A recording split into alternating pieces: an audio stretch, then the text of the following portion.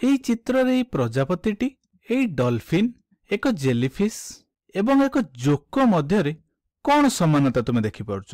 ତେବେ ଆମେ କହିପାରିବା ଯେ ଏମାନେ ସମସ୍ତେ ହେଉଛନ୍ତି ପ୍ରାଣୀ। ଠିକ୍ ଅଛି, ତେଣୁ ଏହାର ଅର୍ଥ ହେଉଛି ଯେ ପ୍ରାଣୀ ଜଗତଟି ବହୁତ ବିସ୍ତୃତ ଅଟେ। ବାସ୍ତବରେ ପ୍ରାଣୀ ଜଗତରେ ଥିବା ପ୍ରାଣୀମାନଙ୍କୁ ଯଦି ଆମେ ଗଣିବା ତାହେଲେ ସେମାନେ 8.7 ମିଲିୟନ ଭଳିଆ ହେବେ।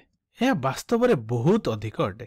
ତେବେ ଏହିପରି ଏକ ବିସ୍ତୃତ ପ୍ରାଣୀ ଜଗତର ଭିନ୍ନ ଭିନ୍ନ ଜୀବମାନଙ୍କୁ ଆମେ କିପରି ବୁଝିବା, ଚାଲ ସେ ବିଷୟରେ ଆଲୋଚନା କରିବା ଏବଂ ତା ସହିତ ଆମେ ଏହି ଭିନ୍ନ ଭିନ୍ନ ଜୀବମାନଙ୍କୁ କିପରି ଭାବରେ ବର୍ଗୀକରଣ କରିବା ସେ ବିଷୟରେ କଥା ହେବା।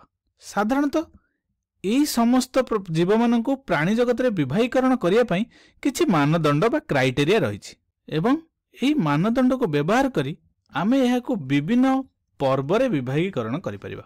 ଠିକ୍ ଅଛି, ତେବେ ଏହି ପ୍ରାଣୀ ଜଗତରେ ବିଭିନ୍ନ ପ୍ରକାରର ପର୍ବ ଅଛନ୍ତି। ତେବେ ଚାଲ ଏହି ଭିଡିଓରେ ଆମେ ପ୍ରାଣୀ ଜଗତର ଅନ୍ତର୍ଗତ ସମସ୍ତ ପର୍ବର ଏକ ସାରାଂଶ ଦେଖିବା ଏବଂ ସେମାନଙ୍କ ମଧ୍ୟରେ ବିଭାଗୀକରଣ କରିବା। ବର୍ତ୍ତମାନ ଯଦି ତୁମେ ଏହି ପ୍ରାଣୀଗୁଡ଼ିକର ବର୍ଗୀକରଣ କରିବ ତେବେ ଏଠାରେ ଆମେ ବିଭିନ୍ନ ପ୍ରକାରର ପର୍ବର ନାମ ଗୁଡ଼ିକ ଜାଣିବା, ଯାହାକି ତୁମମାନଙ୍କ ପାଇଁ କିଛି ନୂତନ ଶବ୍ଦ ହୋଇପାରେ। ତେବେ ଏଥିପାଇଁ ଚିନ୍ତା କରିବା କିଛି ବି ଆବଶ୍ୟକ ନାହିଁ। ତୁମେ ଖାଲି ଜାଣ ଯେ କେଉଁଟି କେଉଁ ପର୍ବର ଅନ୍ତର୍ଭୁକ୍ତ। ସମୟ ସହିତ ଏହି ପର୍ବଗୁଡ଼ିକ ତୁମ ମନରେ ରହିଯିବ। ତା ସହିତ ମୁଁ ଯାହା କହୁଛି ଭଲସେ ଧ୍ୟାନ ଦେଇ ଏହାକୁ ବୁଝିବା ପାଇଁ ଚେଷ୍ଟା କର। ତେବେ ତୁମେମାନେ ଜାଣିଛ ସମସ୍ତ ପ୍ରାଣୀମାନଙ୍କର ବା ସମସ୍ତ ଜୀବନ୍ତ ପ୍ରାଣୀମାନଙ୍କର ମଧ୍ୟରେ କିଛି ସମାନ ଜିନିଷ ଅଛି ଯେ ସମସ୍ତ ଜୀବନ୍ତ ପ୍ରାଣୀଗୁଡ଼ିକ ଏକ କୋଷକୁ ନେଇ ଗଠିତ ଏବଂ ଆମେ ଆଗରୁ ମଧ୍ୟ ଜାଣିଛନ୍ତି ଯେ କିଛି କୋଷଗୁଡ଼ିକ ମିଶି ଟିସ୍ୟୁରେ ପରିଣତ ହୁଅନ୍ତି, ଟିସ୍ୟୁଗୁଡ଼ିକ ମିଶି ଅଙ୍ଗରେ ପରିଣତ ହୁଅନ୍ତି, କିଛି ଅଙ୍ଗଗୁଡ଼ିକ ମିଶି ଅଙ୍ଗ ସଂସ୍ଥାନରେ ପରିଣତ ହୁଅନ୍ତି ଏବଂ ଅଙ୍ଗ ସଂସ୍ଥାନଗୁଡ଼ିକ ମିଶି ଏକ ପ୍ରାଣୀ ଶରୀର ଗଠନ କରେ। ତେବେ ଏଗୁଡ଼ିକ ହେଉଛି ବିଭିନ୍ନ ସ୍ତରର ସଂଗଠନ। କିନ୍ତୁ ବାସ୍ତବରେ କିଛି ପ୍ରାଣୀ ଅଛନ୍ତି ଯାହାକୁ ଆମେ ସବୁଠୁ ପ୍ରାଥମିକ ପ୍ରାଣୀ ବୋଲି କହିବା। ସେମାନଙ୍କ ଶରୀରରେ କେବଳ କୋଷ ହିଁ ଦେଖାଯାଏ ଏବଂ ସେମାନଙ୍କ ଶରୀରରେ କିଛି ବି ଟିସ୍ୟୁ, ଅଙ୍ଗ କିମ୍ବା ଅଙ୍ଗ ସଂସ୍ଥାନର ପରିଚୟ ନଥାଏ ଏବଂ ସେମାନଙ୍କୁ ଆମେ ସରଳ ଜୀବ ବୋଲି କହିଥାନ୍ତି ଏବଂ ଏମାନେ ହେଉଛନ୍ତି ସବୁଠୁ ପ୍ରାଥମିକ ସ୍ତରର ପ୍ରାଣୀ। ଏବଂ ବାସ୍ତବରେ ତାର ଉଦାହରଣ ହେଉଛି ସ୍ପଞ୍ଜ। ଏଇଠି ସ୍ପଞ୍ଜଟିକୁ ତୁମେ ଦେଖିପାରୁଥିବ, ଏହା କେବଳ କୋଷ ଗୁଡ଼ିକୁ ନେଇ ଗଠିତ। ଏମାନଙ୍କ ମଧ୍ୟରେ କିଛି ବି ଟିସ୍ୟୁ ବା ଅଙ୍ଗ ସଂସ୍ଥାନ ନଥାଏ।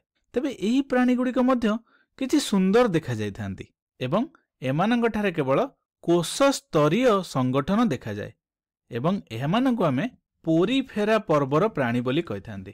ଠିକ୍ ଅଛି, ପୋରିଫେରା କହିବାର ଅର୍ଥ କ'ଣ? ଯେ ପୋରିର ଅର୍ଥ ହେଉଛି ପୋର୍ସ। ପୋରକୁ ଆମେ ଓଡ଼ିଆରେ କହିବା ତାର ଅର୍ଥ ହେଉଛି ଛିଦ୍ର। ତେବେ ଏମାନଙ୍କ ଶରୀରରେ ତୁମେ ଦେଖିପାରୁଥିବ ଯେ ଏଠାରେ ଅନେକ ଗୁଡ଼ିଏ ଛୋଟ ଛୋଟ ଛିଦ୍ର ଅଛନ୍ତି, ତେଣୁ ଏମାନଙ୍କୁ ପୋରିଫେରା କୁହାଗଲା ଏବଂ ସ୍ପଞ୍ଜ ଗୁଡ଼ିକ ଏହି ପୋରିଫେରା ପର୍ବର ଅନ୍ତର୍ଭୁକ୍ତ। ତେବେ ଏହି ପୋରିଫେରା ହେଉଛି ସବୁଠୁ ପ୍ରାଥମିକ ସ୍ତରର ପର୍ବ। ବର୍ତ୍ତମାନ ଏହି ପ୍ରାଣୀଟିକୁ ଭଲ ଭାବରେ ଲକ୍ଷ୍ୟ କର। ତାଙ୍କ ଶରୀରରେ ତୁମେ କିଛି ସମାନତା ଦେଖିପାରୁଛ କି? ବାସ୍ତବରେ ଏହି ପ୍ରାଣୀଗୁଡ଼ିକ ଏତେ ସରଳ ଯେ ସେମାନଙ୍କ ମଧ୍ୟରେ କୌଣସି ସମାନତା ବା ପ୍ରାତିସମ୍ୟ ଆମେ ଦେଖିପାରନ୍ତି ନାହିଁ। ତେବେ ପ୍ରାତିସମ୍ୟ କ'ଣ? ଚାଲ ଏହାକୁ ବୁଝିବା ପାଇଁ ଆମେ ଏକ ମଣିଷର ଉଦାହରଣଟି ନେବା। ବର୍ତ୍ତମାନ ଏମାନଙ୍କ ଶରୀର ମଧ୍ୟ ଦେଇ ତୁମେ ଏକ ସରଳ ରେଖାଟି ଅତିକ୍ରମ କରାଇ ପାରିବ।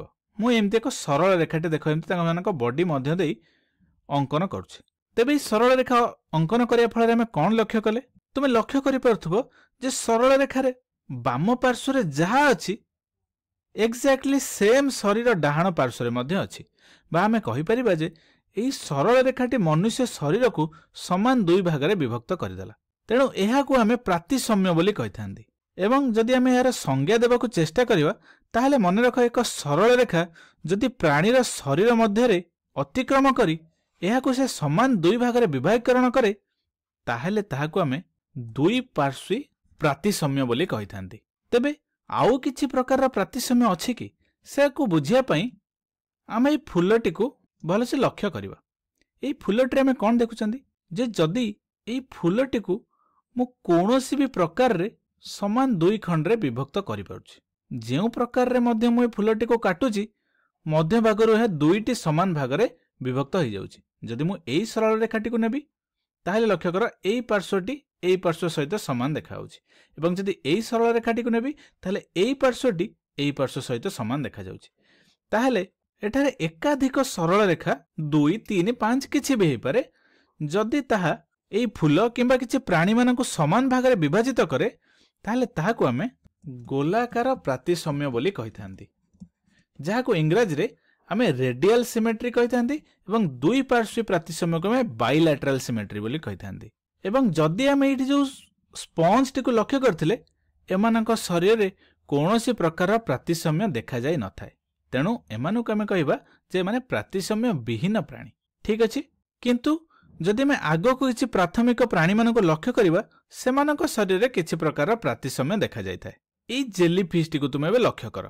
एई जेलीफिश टिकु आमे एकाधिक सरल रेखा द्वारा दुईटी भिन्न भिन्न बा समान भागरे विभक्त करि परिबा एवं एई जेलीफिश टी जेउ पर्वर अंतर्भुक्त ताहाकु आमे सिलेंटेराटा बोली कहिथांती एवं सिलेंटेराटा होचे एक पुरातन नाम।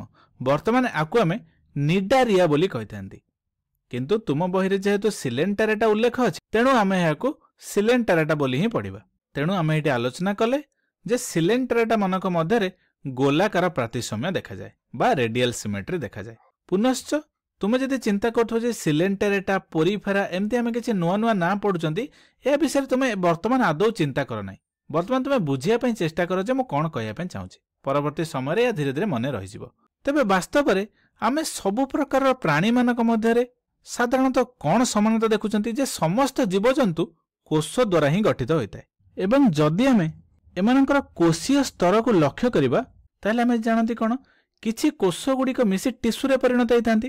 वर्तमान एठी आमे जहा देखुचंती एमाने किछि प्रकार टिश्यू। जेतेबेले प्राणी गुडीक भ्रूण अवस्था रे थिले सेमानक शरीर रे दुईटी स्तर थिला।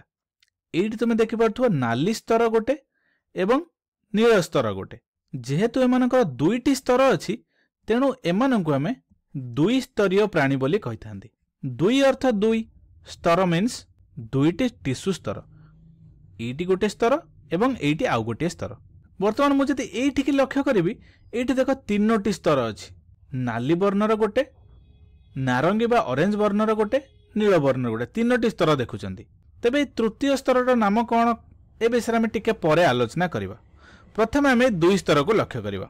वर्तमान ई बाहर पार्श्व रे तुमे जेउ स्तरटी को लक्ष्य करछो एहाको आमे एक्टोडर्म बोली कहिथांती बा बहिस्तर बोली कहिथांती एवं मध्य भाग रे जेउ स्तरटी अछि ताहाको आमे एंडोडर्म बोली कहिथांती। एक्टोर अर्थ होउची बाहर एवं एंडोर अर्थ होउची अंतस्तर बा भीतर स्तर। तेबे धळा अंशटी कोन? एई धळा अंशटी को आमे अंतनळी बोली कहिथांती, जहा मध्य देई खाद्य और वर्ज्य वस्तु प्रवाहित होइथाय। तेणु एठी आमे जो सिलेंटेराटा पर्व को आलोचना कले ताहा दुई स्तरीय अटे एवं एही प्राणी मानकठारु सामान्य उच्चतर प्राणी गुड़िक त्रिस्तरीय अटंती। एठी लक्ष्य कर त्रिस्तरीय अर्थ कोन ना एठारे तीनोटी टिश्यू स्तर अछि। जेतेबेले से माने भ्रूण अवस्था रे थिले सेतेबेले। पुनश्च आमे एही नील वर्ण रे थिबा स्तर को कोन कहिबा? एक्टोडर्म। नाली रंग रे थिबा स्तर को आमे कोन कहिबा? एंडोडर्म। एवं मध्य भाग रे थिबा स्तर को आमे कहिबा मेजोडर्म। मेजोडर्म रो मेजोर अर्थ हेउची मध्य।